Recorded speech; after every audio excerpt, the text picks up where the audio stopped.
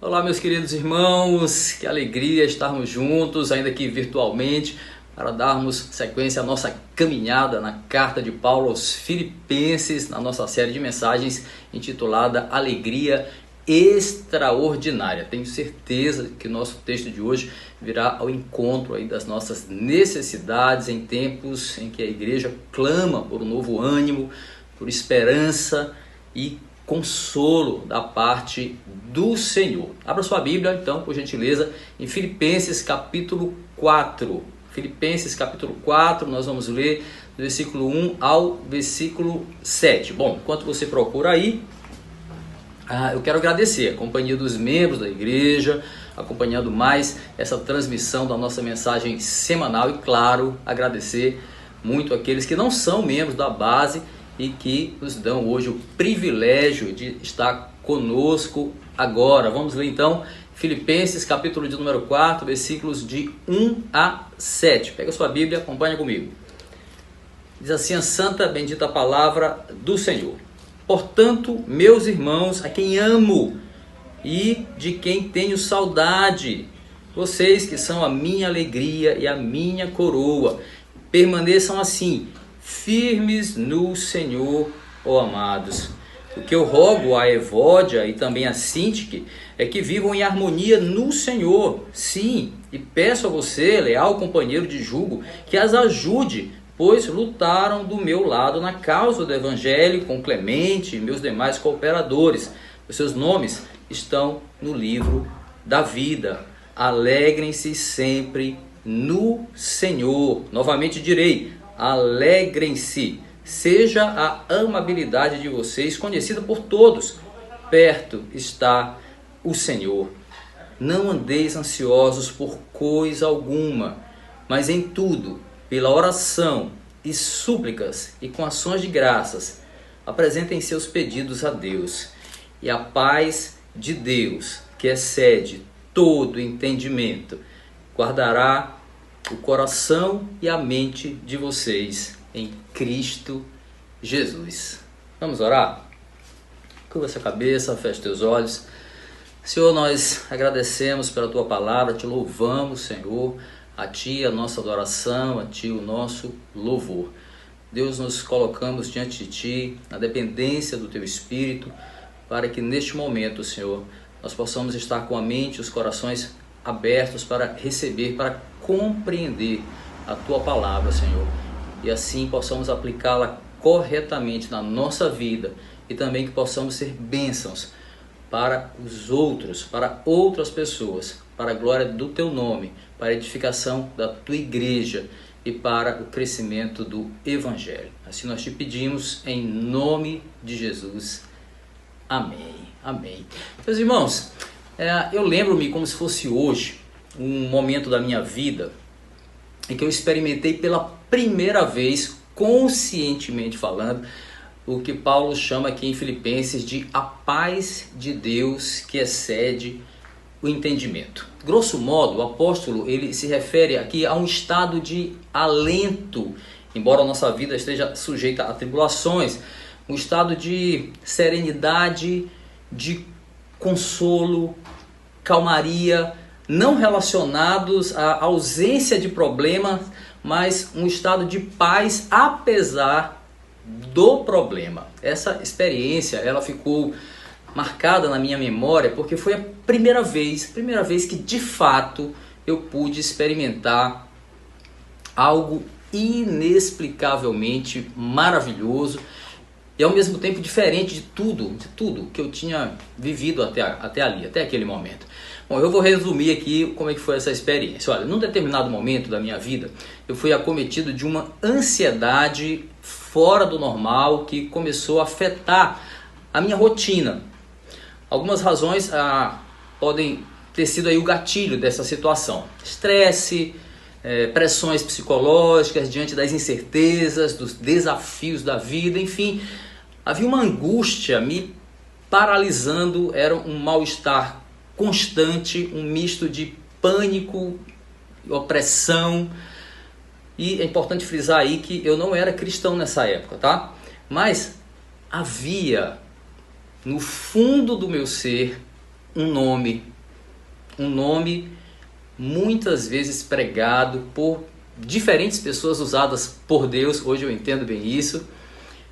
E esse nome até então, relegado aos porões da minha alma, posso dizer, certamente esse nome viria à tona em um tempo decretado de uma forma, confesso, inesperada e surpreendentemente singela, meus irmãos. Simples. Pois bem, chegou um tempo em que aquela ansiedade opressora, ela se acentuou a tal ponto na minha vida que eu não conseguia mais dormir, ter um dia normal de trabalho. Os médicos não tinham outra explicação senão que eu estava sofrendo de uma crise de ansiedade, algo parecido com sintomas de síndrome do pânico, enfim. E o remédio para isso, doutor? Eu perguntava. Não havia um remédio, não havia um remédio específico. O que havia eram calmantes, remédios para dormir, remédio para enjoo, enfim, no meu caso eram todos ali paliativos, funcionavam no momento, depois tudo aquilo voltava, toda aquela opressão voltava. Até que uma determinada noite, meus irmãos, sufocado ali pela angústia, eu estava amparado na cama pela minha esposa, ela me abraçava, e aí de repente ela começou a cantar uma música, a Jeannie começou a cantar uma música que ela não cantava desde a adolescência, e eu nunca tinha ouvido na minha vida aquela música, mas eu nunca esqueci. A letra era assim, mais ou menos, cantando rapidamente. Dizia assim: Jesus cura e liberta quando você pensa que está sozinho. Ele ajuda quando não tem mais solução. E o caminho Ele abre e você passa a ver a luz do sol brilhar. E o seu nome é Jesus, e o seu nome é Jesus. Jesus, meus irmãos. Esse era o nome que supostamente estava adormecido ali no porão da minha alma. Mas ele não estava adormecido, não. Muito menos ele estava paralisado, muito menos ele estava inerte, ele estava agindo com paciência, com misericórdia, ciente do dia em que Ele mesmo me faria experimentar o que o Paulo chamou na carta aos Filipenses de a paz que excede todo entendimento, guardando o meu coração, guardando a minha mente em Cristo Jesus. O simples ouvir o nome de Jesus, meus irmãos, por meio daquela canção, encheu meu coração de paz. Dali por diante, a ansiedade continuou a me incomodar ainda por algum tempo, porém, ela não tinha mais um peso de morte, mas aquela ansiedade, aquele sentimento outrora opressor, agora ele se revelava como uma urgência de Deus na minha vida. A partir daquele instante, meus queridos, amorosamente, a verdade do Evangelho foi sendo enxertada na nossa vida, na minha e na vida da minha esposa. Deus, claro, continuou usando pessoas aí nessa tarefa, até que a alegria e a paz passaram a ter um novo sentido. A lógica humana de alegria e paz, geralmente atrelada a circunstâncias, a situações favoráveis, caiu por terra diante da graça de Deus, poderosa e suficiente para suprir as nossas necessidades.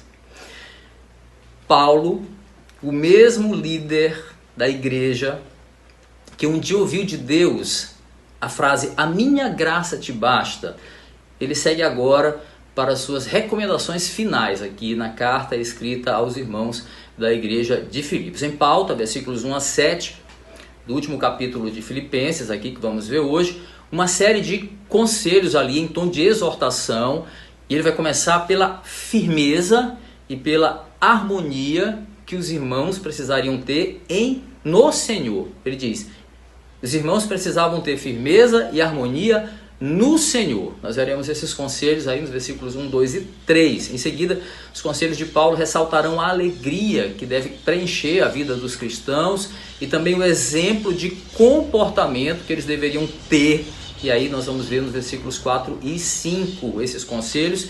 E adiante o apóstolo vai trazer conselhos de serenidade, de tranquilidade, aí vai receitar um remédio infalível contra a ansiedade.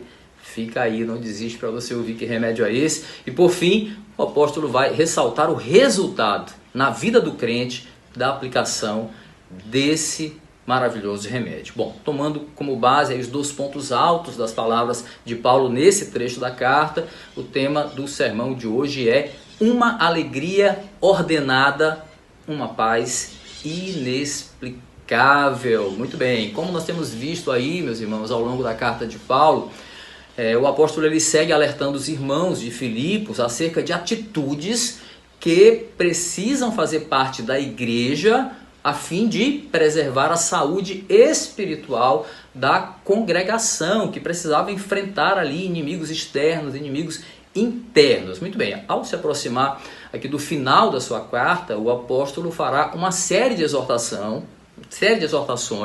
que ganham aqui um tom de aconselhamento pastoral, amoroso, e nós vamos ver um líder falando de uma igreja que ele ama profundamente, por isso, claro, ele deseja vê-la firme na fé e na harmonia entre os irmãos. Então, ele vai seguir adiante na sua carta aí, dando, primeiramente, conselhos para um caminhar firme no Senhor. É o que diz o versículo 1, acompanhe na tua Bíblia comigo. Portanto, meus irmãos, a quem amo e de quem tenho saudade, vocês são a minha alegria e a minha coroa. Permaneçam assim, firmes no Senhor, ó amados. Você vê que é notória a forma afetuosa como Paulo se dirige àqueles irmãos.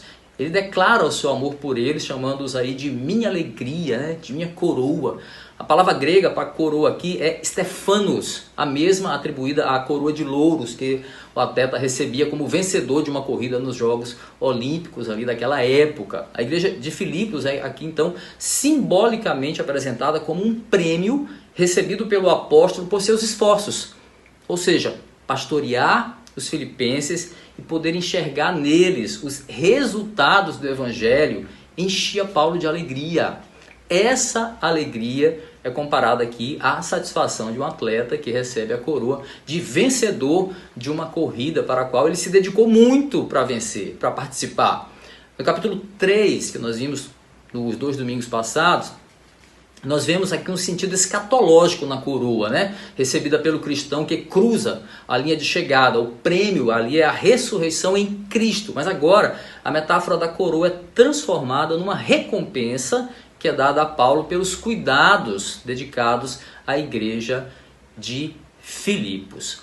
A alegria que a igreja de Filipos representa para Paulo aqui reflete bem o propósito de Deus na vida, não apenas dos líderes, mas de todo cristão que se esforça pelo crescimento espiritual de outras pessoas.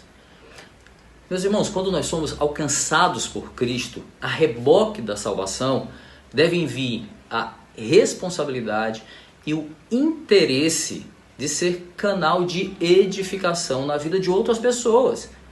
Ver os resultados do evangelho na vida de alguém que nós ajudamos na caminhada cristã deve ser motivo de grande alegria para nós que somos cristãos. E aí fica um estímulo, né, para cada um de nós que a alegria de edificar vidas seja constante em nossa vida. Que a alegria de servir seja muito mais forte do que a alegria de ser servido. Embora marque aqui o início do capítulo 4, e esse versículo 1 é visto por alguns estudiosos como uma conclusão do capítulo anterior, do capítulo 3, Paulo segue se colocando aqui no mesmo nível dos irmãos em Filipos, com quem ele lá no capítulo 3, né, partilha da mesma corrida em direção ao alvo, né? Filipenses capítulo 3, versículo 14 diz isso. E aí por essa ótica, como um corredor que se esforça, segue firme o seu objetivo ali para chegar ao final da prova, que é a ressurreição em Cristo, o apóstolo então recomenda que os filipenses façam o mesmo. Ele diz: permaneçam assim firmes no Senhor, ó amados.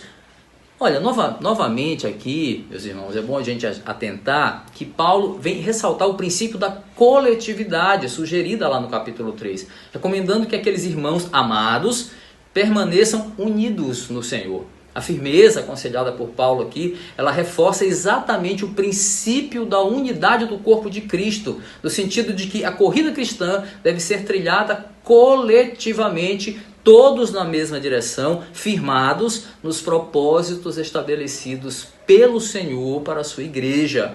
Então, esse apelo para que os irmãos permaneçam firmes ou unidos no Senhor vai se encaixar perfeitamente como uma conclusão ao alerta que o apóstolo vinha fazendo no capítulo anterior contra falsos mestres e, sobretudo, quanto à conduta que deveria caracterizar a vida dos cristãos verdadeiros. Em Filipenses capítulo 3, versículo 20, ele vai dizer que a nossa cidadania está nos céus, de onde esperamos ansiosamente um Salvador, o Senhor Jesus Cristo. Cidadãos dos céus devem seguir firmes no Senhor, unidos na expectativa da volta de Jesus. Esse é um foco que nunca nós podemos perder na nossa vida, meus irmãos.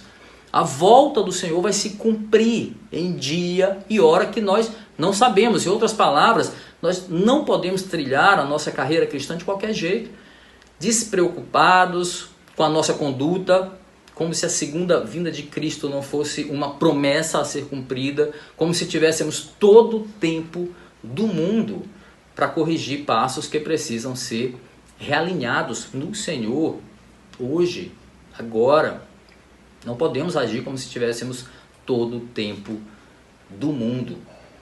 Ao passo que sugere aí ser uma conclusão do capítulo 3, o versículo 1 de Filipenses também pode refletir, referir-se aí, ser uma referência às advertências que Paulo vai fazer a partir de agora. Também podemos ver sobre essa ótica. O apóstolo vem chamando a atenção dos filipenses acerca de perigos que vinha ameaçando a estabilidade da igreja. Havia uma ameaça de falsos ensinos, mas também o perigo da falta de comunhão entre os irmãos. Assim como as heresias, a desarmonia, meus irmãos, pode ser uma ameaça aos alicerces da igreja. E é sobre isso que Paulo vai chamar a atenção nos versículos 2 e 3, agora a partir daí. Bom, após dar conselhos para um caminhar firme no Senhor, o apóstolo agora vai dar conselhos de reconciliação e harmonia. Olha o versículo 2 que diz assim: O que eu rogo a Evódia e também a Síntique é que vivam em harmonia no Senhor. Veja bem, havia um inimigo externo bem claro tentando contra a firmeza da igreja de Filipos, que eram as distorções doutrinárias praticadas pelos judaizantes. Falamos nisso nas mensagens anteriores. Você pode rever os sermões aí da série de Filipenses no canal da Base no YouTube, pelo aplicativo da igreja, tá bom? Bom, por outro lado, além desses inimigos que vinham de fora para dentro, o inimigo interno podia se mostrar semelhantemente ameaçador se não fosse combatido, e esse inimigo era a falta de harmonia entre os irmãos. Aí Paulo cita um problema dessa natureza protagonizado por duas mulheres de destaque na igreja. O nome delas é Evódia e Síntique. Provavelmente elas exerciam ali uma posição de destaque na congregação, tanto que o atrito entre elas foi tratado por Paulo como algo que precisava ser resolvido, a fim de quê? De preservar a saúde da igreja. Então elas não eram irmãs que não eram conhecidas pela igreja. Paulo não detalha o teor aqui do conflito entre Evódia e Síntique, mas aparentemente a situação era de conhecimento de todos, precisava ser resolvido. Então, num tom pastoral, ele apela para aquelas duas mulheres, para que elas caiam em si e vivam em harmonia no Senhor. A exortação aqui é para que aquelas irmãs tivessem olhos não para si mesmas, para as suas razões, para os seus interesses, mas que olhassem juntamente para Cristo. O Senhor deve ser o centro da harmonia na igreja, não os homens, não os nossos interesses. Ao aconselhar aquelas duas, para que aquelas duas mulheres vivam em harmonia no Senhor, Paulo exorta que elas alinhem os seus sentimentos em Cristo e não nelas mesmas. E assim elas pudessem então acabar com aquela desavença que havia entre elas. Meus queridos, muitos conflitos entre irmãos na igreja podem ser resolvidos quando as partes simplesmente tiram os olhos de si e olham para Jesus. Simples assim. Cristo é o ponto para o qual devem convergir as nossas diferenças. Nele nós somos irmãos. Nele nós somos corredores de uma mesma corrida. Buscamos um prêmio que é coletivo, não é individual. Em Cristo nós somos vencedores, a coletividade. Nele nós fomos perdoados igualmente. Nele nós fomos restaurados. Nele nós somos iguais, não há melhor, não há pior. Estamos todos debaixo da mesma graça, da mesma misericórdia. A desunião entre aquelas irmãs foi tomada por Paulo aqui como um mau exemplo para a igreja. Não pode haver união com Cristo havendo desunião entre irmãos. Em sua primeira epístola, o apóstolo João ele corrobora o princípio aí de que nossa harmonia com Deus está relacionada com a nossa harmonia com o próximo. Ele diz: quem não ama seu irmão a quem vê, não pode amar a Deus a quem não vê. 1 João capítulo 1, versículo 4. Então, desunidas entre si, aquelas mulheres também estariam em desacordo com Cristo. E esse é um princípio que nós devemos considerar sempre que a nossa carne nos incline a entrar em conflito com o irmão em nome de um interesse pessoal. Paulo então está exortando aqueles irmãos em Filipos e a nós de uma forma muito categórica. Estejam firmes, unidos no Senhor e sigam também em harmonia no Senhor. Em outras palavras, tirem os olhos de vocês e olhem para Cristo. Ele é aquele que une vocês. Aí a seguir, nós veremos uma terceira pessoa solicitada por Paulo aqui para completar ali, a participar da pacificação entre aquelas duas mulheres. Nós veremos o apóstolo então dando conselhos para o trabalho em conjunto. Versículo 3 diz assim: sim, e peço a você, leal companheiro de jugo, que as ajude, pois lutaram do meu lado na causa do Evangelho, com Clemente e meus demais cooperadores. Seus nomes estão no livro da vida. Paulo então aqui solicita o apoio de um líder que ele chama de leal companheiro de jugo para intervir na desavença entre Evódia e Sintique. O apóstolo não menciona o nome desse colaborador aqui de ministério, mas certamente era alguém respeitado pela igreja, teria então o respaldo necessário para ajudar aquelas irmãs a superarem as suas diferenças. Então, só que Paulo vai destacar aqui também a importância daquelas duas mulheres como colaboradoras de seu ministério em Filipos, assim como Clemente e outros irmãos. Ele também não temos aqui detalhes sobre quem era Clemente, mas possivelmente se tratava de um dos líderes ali da igreja em Filipos. Então Paulo está ressaltando aqui o valor daquelas mulheres para Deus ao frisar que os seus nomes estavam escritos no livro da vida. Essa expressão livro da vida, muito simbólica, muito representativa, ela aparece só aqui e no livro lá de Apocalipse. Tem um simbolismo muito forte. A Bíblia nos ensina que Deus nos escolheu em Cristo Jesus antes da fundação do mundo. Efésios capítulo 1, versículo 4. Ali naquele momento, simbolicamente, podemos dizer assim, ele escreve nomes em seu livro. E ninguém cujo nome esteja escrito lá vai se perder. Apocalipse capítulo 21, 27 atesta bem essa verdade. Então, Evódia e Sintique, elas eram preciosas para Deus e para Paulo, que desejava vê-las agindo de acordo com a cidadania celestial que elas tinham, conforme citado lá no capítulo 3 que passou. Muito bem. O que é importante para nós aqui? É importante nós refletirmos sobre a atitude de Paulo de destacar uma pessoa respeitada para ajudar a resolver aquele problema entre as duas mulheres. Em situação de desarmonia, meus irmãos, nós vemos como é valorosa a atuação de pessoas que sirvam de apacentadores. Tudo que a igreja não precisa numa hora de conflito são irmãos colocando lenha na fogueira, tomando partido de um lado, tomando partido do outro lado. Essa atitude só piora uma situação, só piora as coisas. O nosso papel é aproximar pessoas umas das outras e não afastar. Jesus diz lá no célebre sermão do monte: bem-aventurados os pacificadores, porque eles serão chamados filhos de Deus. Mateus capítulo 5, versículo 9.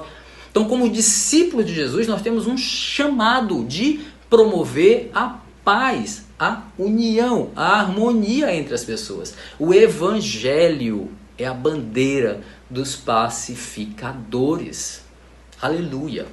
Após então dar conselhos que apontam para essa unidade, a harmonia entre os irmãos de Filipos, Paulo continua ressaltando então esse princípio da coletividade na igreja. Agora a recomendação vai ganhar um tom bem imperativo, né, para destacar uma atitude que é aqui o cerne da mensagem da carta aos Filipenses. Paulo dará então conselhos de regozijo à igreja. Versículo 4 diz assim: alegrem-se sempre no Senhor.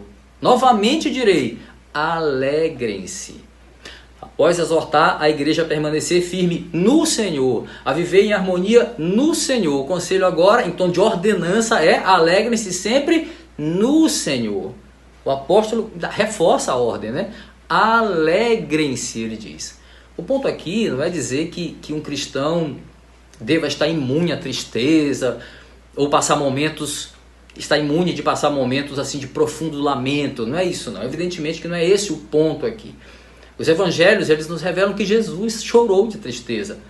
Jesus teve seus momentos de angústia também. Nenhum homem da Bíblia esteve isento de padecer sofrimentos. A ordenância aqui é para não vivermos de maneira triste, já que a nossa alegria está no Senhor. E o estar sempre, ele diz, alegre, aqui ordenado por Paulo, quer dizer, meus irmãos, desvincular a nossa alegria das circunstâncias desse mundo. Quando Paulo diz que aprendeu o segredo de viver contente em toda e qualquer situação, Filipenses capítulo 4, versículo 12, ele diz isso, ele está dizendo que mesmo diante das piores provações, a alegria do evangelho não pode ser tirada dele. Aleluia! Paulo está exortando então os filipenses aqui a alicerçarem a sua alegria no conhecimento de Cristo e não na ausência de problemas, ou mesmo de ausência de dores profundas, pode-se dizer. A alegria no Senhor é algo que extrapola o sentimento para se concretizar em um estado, um padrão de vida, uma regra a ser seguida pelo corredor que segue aí para o alvo. Nós, como atletas de Cristo, que seguimos para o alvo. Então, com alegria, essa alegria que é a palavra-chave da carta de Filipenses aqui, Paulo vai fechar uma série então de 3 atitudes que a igreja precisa ter, fixando os olhos em Cristo, ao invés de fixar nas coisas deste mundo, como nós. Então ele diz: permaneçam firmes no Senhor, vivam em harmonia no Senhor e alegrem-se no Senhor. Foco é nele e não em nós e não nas coisas desse mundo. Muito bem, então ele está falando de conduta aqui. E a conduta apropriada aos cristãos tem sido o foco da exortação de Paulo desde o capítulo 3. E o mesmo tom é seguido aqui nas recomendações finais aqui que nós vemos aqui no capítulo 4. Então, da mesma forma que firmeza ou unidade, harmonia e alegria no Senhor devem ser parte do padrão de vida dos crentes, uma quarta atitude é incluída agora pelo apóstolo como exemplo a ser seguido. Então ele vai dar agora conselhos de amabilidade à igreja. Versículo 5 diz: seja a amabilidade de vocês conhecida por todos, perto está o Senhor, ele diz. Paulo chama atenção aqui para um comportamento que deve ser inerente ao cristão. Essa amabilidade ou equidade ou moderação, conforme outras traduções, a qual ele se refere, ela está relacionada a um modelo de conduta. Modelo de conduta que reflita o caráter de Cristo no agir, no falar e no julgar. É essa tentação que nós temos de julgar o próximo, né? mas julguemos como Cristo olha, pela santa, pela reta palavra. Então esse padrão ele deve ser conhecido de todos, ele vai frisar no texto, ou seja, deve servir de instrumento de edificação para outras pessoas. O nosso comportamento, sim, quando recomenda que os filipenses se mirem no seu próprio exemplo, Filipenses capítulo 3, versículo 17, Paulo está dizendo para os filipenses se mirarem no seu exemplo. Ele está seguro de que as suas atitudes buscam refletir o padrão de Jesus. Então, os cristãos devem agir com amabilidade, porque perto está o Senhor, ressalta o apóstolo na parte B aí do versículo 5. Então nós podemos considerar aqui um sentido duplo nessa frase aí, perto está o Senhor. Primeiro, o Senhor está perto de nós, agindo no meio da sua igreja, por meio da sua palavra, nos capacitando na maneira como nós devemos proceder. Então assim ele prometeu aos seus discípulos, quando diz lá em Mateus 28, 20, eu estarei sempre com vocês até o fim dos tempos. Então o Senhor está perto, por meio do Espírito Santo, por meio da sua palavra, que vai capacitando a igreja, o Espírito Santo que capacita a igreja com o fruto da amabilidade, da moderação, da equidade, da paciência, do domínio próprio. Então, agindo dessa maneira, o nosso proceder, conforme as orientações aqui de Paulo, se torna então modelo para outras pessoas. Perceba a amabilidade de Paulo ao se reportar aos filipenses aqui, meus irmãos. Ele diz, meus irmãos a quem amo, de quem tenho saudade, vocês são a minha alegria, vocês são a minha coroa, permaneçam firmes no Senhor, ó amados. Né? São palavras e atitudes aí cheias de amabilidade. Elas devem fazer parte do padrão comportamental do cristão. E um outro sentido aqui, para este perto está o Senhor, é que o Senhor está perto no sentido da proximidade do dia da sua volta. Ainda que nós não saibamos aí quando se dará a segunda vinda de Cristo, o crente ele deve viver sobre essa expectativa, sobre a certeza iminente da volta do Senhor. Um cristão vive sob a perspectiva de alcançar a linha de chegada, de atingir o alvo mencionado por Paulo lá em Filipenses capítulo 3, 14. Qual seja este alvo? A ressurreição, a vida eterna em Cristo Jesus. Então o texto vai dizer, seja a amabilidade em nós, a certeza da presença e ao mesmo tempo da volta de Cristo, e tudo isso seja exemplo de fé para as outras pessoas, padrão de vida para as outras pessoas. Esse é o conselho do apóstolo para os filipenses e, claro, para nós também.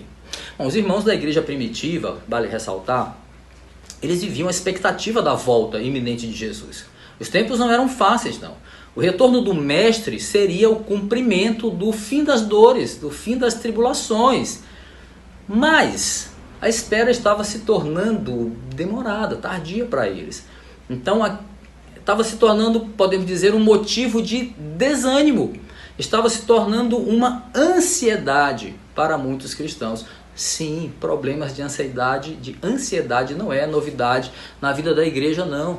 Daí a preocupação do apóstolo em instruir os filipenses agora com conselhos de serenidade, de quietude à igreja. Versículo 6 ele diz, não andem ansiosos por coisa alguma, mas em tudo, pela oração e súplicas e com ações de graças, apresentem seus pedidos a Deus. Queridos, eu não conheço ninguém que nunca tenha passado por momentos de ansiedade. Até o mais sereno dos seres humanos certamente viveu algum tipo de aflição. É da natureza humana caída sofrer, de alguma maneira, as aflições desse mundo. O problema, no entanto, ele se agiganta quando essa ansiedade rompe a linha do equilíbrio. E aí torna-se algo bem mais severo. É quando surgem as crises emocionais, a depressão, outras consequências de natureza então psicológica começa a abalar a estrutura do cristão, a nossa estrutura. Então alguns dizem que a ansiedade é uma das doenças que mais assolam os seres humanos em nosso século. Mas quando nós olhamos para as palavras de Paulo aos Filipenses, nós vemos que ele está tratando de um problema comum entre os cristãos desde sempre. Desde sempre. Em um tempo de isolamento social no mundo, como nós vivemos, talvez um número exorbitante de pessoas esteja vivendo esse problema tão humano, tão humano. Nós somos ansiosos por natureza. E essa é uma característica que pode se tornar uma arma perigosa contra nós mesmos. E aí nesse versículo o apóstolo ele aponta de certa forma que a causa da ansiedade pode estar na direção para a qual nós fixamos os nossos olhos. Presta atenção. O problema pode estar para a direção que nós fixamos o nosso olhar. Primeiro, nós ficamos ansiosos quando o nosso foco está fixado nas nossas fragilidades diante dos problemas. Ou seja, nós olhamos fixamente para nós mesmos. E aí, a gente se depara com a sensação de impotência, a sensação de incapacidade ante as adversidades dessa vida. Segundo ponto, em outros casos aí, nós disparamos o gatilho da ansiedade, falando aí metaforicamente, quando nossos olhos estão postos no problema em si. Primeiro, erramos quando focamos em nós diante do problema. E erramos quando focamos no problema em si. É quando a dificuldade aí se torna intransponível, a dificuldade fica impenetrável, aí ela o quê? Nos sufoca. Então Paulo vai dizer aos Filipenses: não fiquem ansiosos por coisa alguma, mas em tudo, pela oração e súplicas e com ações de graças, apresentem os seus pedidos a Deus. Em outras palavras, o apóstolo está dizendo: não fiquem ansiosos olhando para vocês ou para os problemas, olhem para Deus e vocês encontrarão tranquilidade. Como hoje, meus irmãos, aquele não era um período de tranquilidade para a igreja de Filipos. Paulo estava preso. Havia pessoas infiltradas na igreja plantando falsas doutrinas. Problemas de relacionamento entre os irmãos também havia. Havia perseguição aos cristãos. Mas em meio às adversidades, os irmãos não podiam se deixar dominar pela ansiedade. Crises emocionais, meus irmãos, têm o poder de nos paralisar, de nos roubar o equilíbrio necessário na corrida em direção ao alvo. Via de regra, a ansiedade ela antecipa um problema que ainda nem aconteceu. Sofremos por antecipação. Estamos lidando aí com um inimigo capaz de minar a nossa fé sem que a gente perceba. A ansiedade nos faz desacreditar que perto está o Senhor. E este Senhor tem o poder sobre todas as coisas. Nada foge do seu controle. A Bíblia nos ensina para fixarmos os nossos olhos no Senhor, sempre que a ansiedade tentar nos enfraquecer na caminhada. Então Paulo, dito isso, ele vai apontar um caminho seguro que aconselha os filipenses, quando ele aconselha os filipenses a não ficarem ansiosos, ele aponta então um caminho seguro. Ele vai dar então conselhos de cura pela oração. Segunda parte do versículo 6, ele diz: mas em tudo, pela oração e súplicas e com ações de graças, apresentem seus pedidos a Deus. Aí nós vemos uma ordem expressa nesse versículo: não andeis ansiosos por coisa alguma. Paulo lança a luz então sobre uma enfermidade capaz de fragilizar a igreja, para em seguida apontar o remédio. Mas em tudo, pela oração e súplicas e com ações de graças, apresentem seus pedidos a Deus. A receita divina contra a ansiedade, meus irmãos, é oração, súplica e ações de graças. Simples assim. Pela oração nós nos achegamos a Deus primeiro passo. Pela oração nós nos achegamos a Deus de diferentes formas. Mas antes de ser um momento de súplicas, antes de ser um momento de petições, antes mesmo de ser um momento de agradecimento, orar é estar em comunhão com o Senhor. É um tempo de intimidade, um tempo de quebrantamento diante de Deus. E essa simples atitude, meus queridos, tem um efeito poderoso sobre quem se coloca em posição de submissão diante de Deus, diante do Senhor. Em Mateus capítulo 6, versículo 6, Jesus ensina a termos momentos particulares de oração com Deus. Se permitir ser preenchido por sua doce presença. Essa é uma atitude completamente, esse se prostrar-se, esse se permitir ser cheio de Deus, é uma atitude completamente adversa da postura arrogante com a qual alguns se voltam para o Senhor, determinando, exigindo, reivindicando direitos, privilégios, invertendo os papéis do servo e do Senhor. Entregar nossa ansiedade ao Senhor é, antes de tudo, meus queridos, uma atitude de adoração e reconhecimento daquele que tem todo o poder. É uma atitude de quebrantamento diante de um Deus misericordioso, que se dispôs a ouvir o clamor de réis pecadores que nós somos.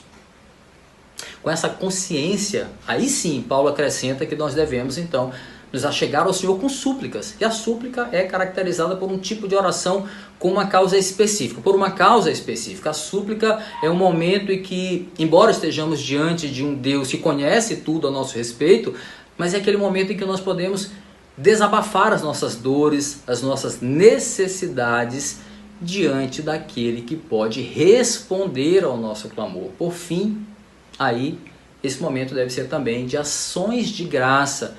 É quando expressamos a nossa gratidão ao Senhor por tudo que Ele já fez, continua fazendo e por tudo que Ele ainda fará. Nós somos gratos pela misericórdia recebida de Deus, pela graça, pela salvação que recebemos em Cristo Jesus. Lembrarmos do bem mais precioso que nós já recebemos de Deus retira os nossos olhos da ansiedade. A ansiedade por algo que nós ainda almejamos receber. Meus irmãos, no momento pelo qual nós passamos, muitos sofrem pela ansiedade de ver o fim dessa pandemia, de Covid-19, para que nós possamos nos abraçar novamente, receber o afago de amigos, de familiares, retomar a comunhão presencial na igreja.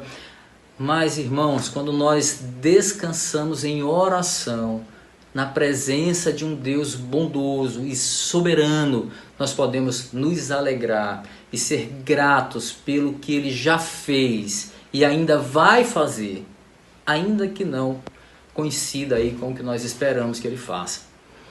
Em sua ansiedade, o próprio Paulo orou e ele pediu a Deus que ele tirasse o espinho da carne que o torturava naquele momento. Mas embora a resposta de Deus tenha sido o quê? Não. Ele descansou na certeza de que a graça que ele recebera do Senhor lhe bastava. Aleluia. E assim o apóstolo, então, veria o poder do Senhor se aperfeiçoar na sua fraqueza e não na sua fortaleza. Então, com a maturidade, com a experiência de quem foi aí tratado muitas vezes pelo remédio da oração, Paulo vai apacentar os filipenses, expondo agora o resultado da oração aplicada contra a ansiedade. O resultado da oração é uma paz sobrenatural. Aleluia. Versículo 7 diz: e a paz de Deus, que excede todo o entendimento, guardará os seus corações e as suas mentes em Cristo Jesus. Meus irmãos, a oração tem o poder de aquietar um coração aflito. Quando a ansiedade parece desestabilizar a nossa mente, buscar em Deus, em oração, com súplicas e ações de graça, nos devolve o que? O equilíbrio. Não é magia, não é misticismo, é poder de Deus na simplicidade. Aleluia.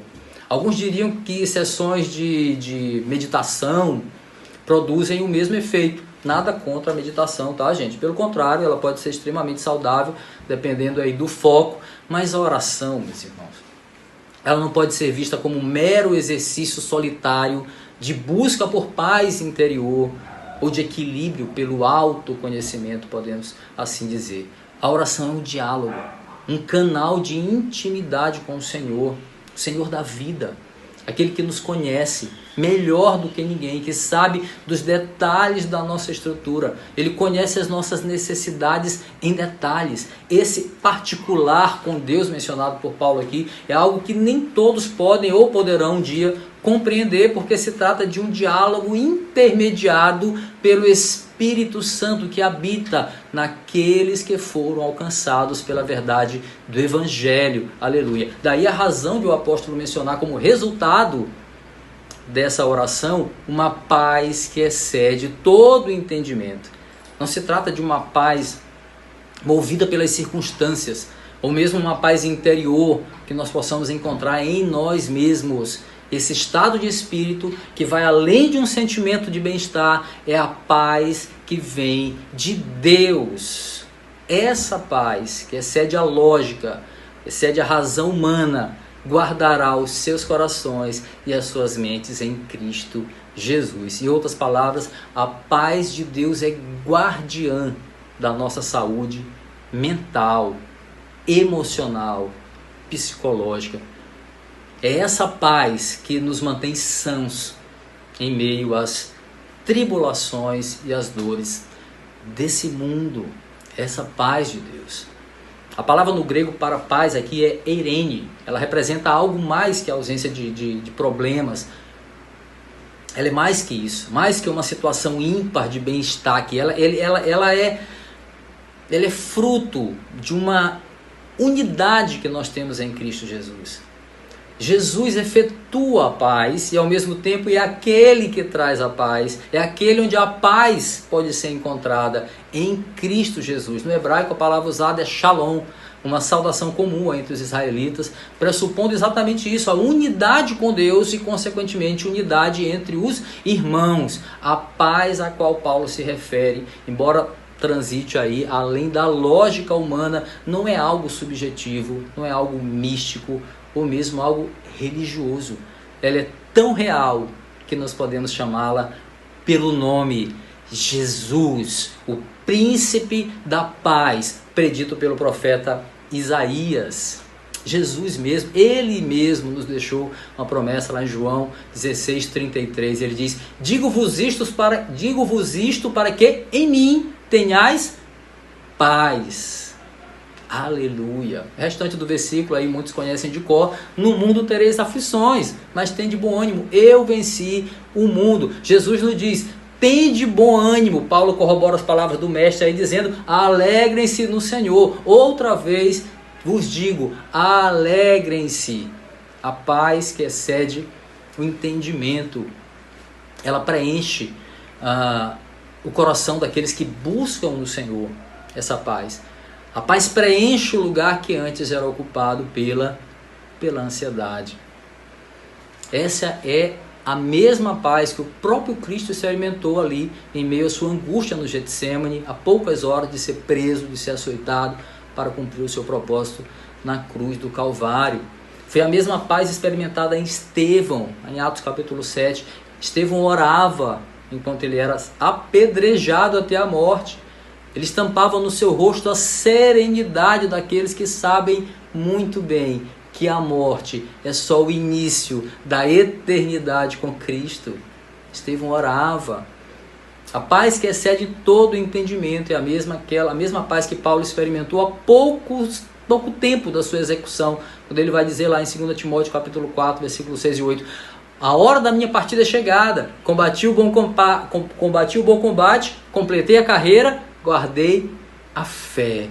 Paulo estava em paz, na paz que excede todo o entendimento. Essa é a paz que nós podemos experimentar em nossos momentos de ansiedade, de dor e de tristeza.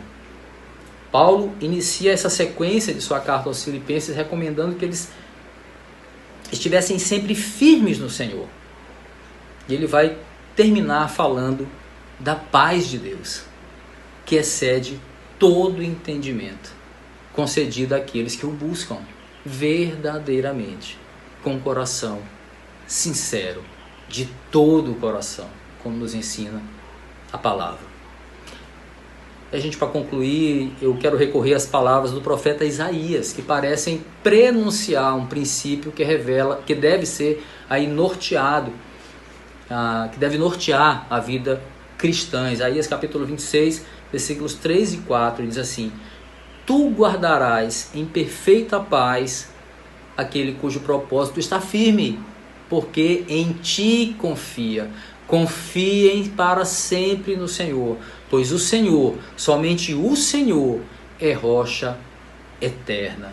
Isaías falava com um povo que haveria de ser provado na aflição, na fornalha da aflição. Um povo desobediente. Esse povo tinha que ser provado, forjado, a fim de que se voltasse para o Deus da paz. O mesmo Deus segue provando o seu povo em todo o tempo. No fim, tanto as palavras do profeta aí, Isaías, quanto do apóstolo Paulo, têm o propósito de conduzir o povo, de nos conduzir a confiarmos, a descansarmos no Senhor da paz. Ambos estão falando de um Deus que não desampara o seu povo, que guarda os seus corações e mentes com uma paz que é sobrenatural. Uma paz que excede todo entendimento e que opera em meio às mais severas das tribulações. Quando nós nos damos conta, meus queridos, que Cristo é a nossa alegria, que Cristo é a nossa paz, nós recebemos aí uma dose de graça que nos basta para vencer os medos e ansiedades que machucam o nosso coração. Alegrem-se sempre no Senhor. Novamente direi, alegrem-se no Senhor. E a paz de Deus, que excede todo entendimento, guardará os seus corações e as suas mentes em Cristo Jesus. Amém. Vamos orar juntos? Senhor, louvamos o Teu nome. Te agradecemos pela Tua palavra, pela Tua misericórdia, pelo Teu amor, pela Tua paz que enche o nosso coração em meio às dores e às tribulações. Senhor, nos ensina, Senhor, por meio do Teu Espírito, por meio da Tua palavra, mais e mais, a confiarmos cada vez mais nessa paz que está disponível, outorgada gratuitamente àqueles que são cidadãos dos céus, aqueles que Tu alcançastes para participar da corrida, que não é fácil, mas podemos descansar na confiança que nós vamos atingir o alvo, mas que requer de nós esforço, requer de nós atitude, requer de nós um padrão de vida que envolve amabilidade, harmonia, estar firme no Senhor. Tudo que recebemos aqui, Senhor, que sejam ordenanças postas em prática na nossa vida, como a ordenância de nos alegrarmos em Ti, de confiarmos em Ti, de orarmos, de recorrermos a Ti com súplicas, com ações de graças, com orações que nos aproximem mais da Tua presença, para que, enfim, possamos experimentar a paz que excede todo o entendimento e que é guardião da nossa mente e do nosso coração. Eu oro pelos Teus filhos que nesse momento tão complicado que o planeta atravessa, possam descansar, sejam curados da sua ansiedade pela oração, curados da ansiedade pela paz que excede o entendimento. Não a paz que o mundo oferece, não a paz que possa estar no interior do próprio homem, mas a paz que vem do próprio Deus, o Deus da paz. Assim nós Te louvamos por tudo, Te agradecemos. Em nome de Jesus. Amém, amém e amém. Obrigado, meus irmãos, muito obrigado por mais esse momento que tivemos aqui juntos e continue acompanhando aí as atividades da igreja. Continuamos com as nossas lives durante a semana, na sexta-feira, no sábado e aos domingos a transmissão da nossa mensagem semanal. Guarde o teu coração na paz do Senhor, alegre-se no Senhor, a paz que excede todo o entendimento, a paz de Cristo esteja com você, as doces consolações do Senhor, o amor de Deus, nosso Pai, as eternas consolações do Espírito Santo, direção, entendimento do Espírito, seja com você, seja com a sua família, eu peço em nome de Jesus. Amém. Tchau, tchau, até a próxima.